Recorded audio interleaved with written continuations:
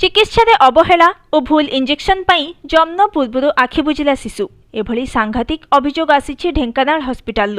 अभियोग मुताबक ढेंकानाल सदर ब्लॉक चाउलिया खमार गाँवर स्वागतिका माटियांकर प्रसव वेदना हेबारु तांको ढेंकानाल जिला मुख्य चिकित्सालय में भर्ती कर सेठरे डाक्तर तांको गोटे इंजेक्शन देथिले परे 24 घंटा पर्यंत आउ कोनोसी चिकित्सा करि नथिले। प्रसूति संपर्कीय डाक्तर को रोगी देखा बारंबार डाकिथिले मध्य डाक्तर रोगी देखा बदल में सेमानंकु खराब व्यवहार देखाइथिले बोली अभियोग करिसेंती प्रसूति महिला संपर्कीय। परे बाध्य होई प्रसूति महिला को नहीं तांको स्वामी घर ही नर्सिंग होम रे देखाइबा परे शिशुटी मरी जाइथिबा जानिबाकु पाइथिले।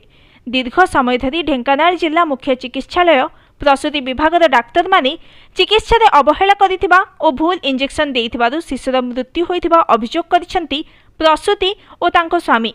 एने सीडीएमओ को भेटी अभियोग करिसेंती प्रसूति संपर्कीय।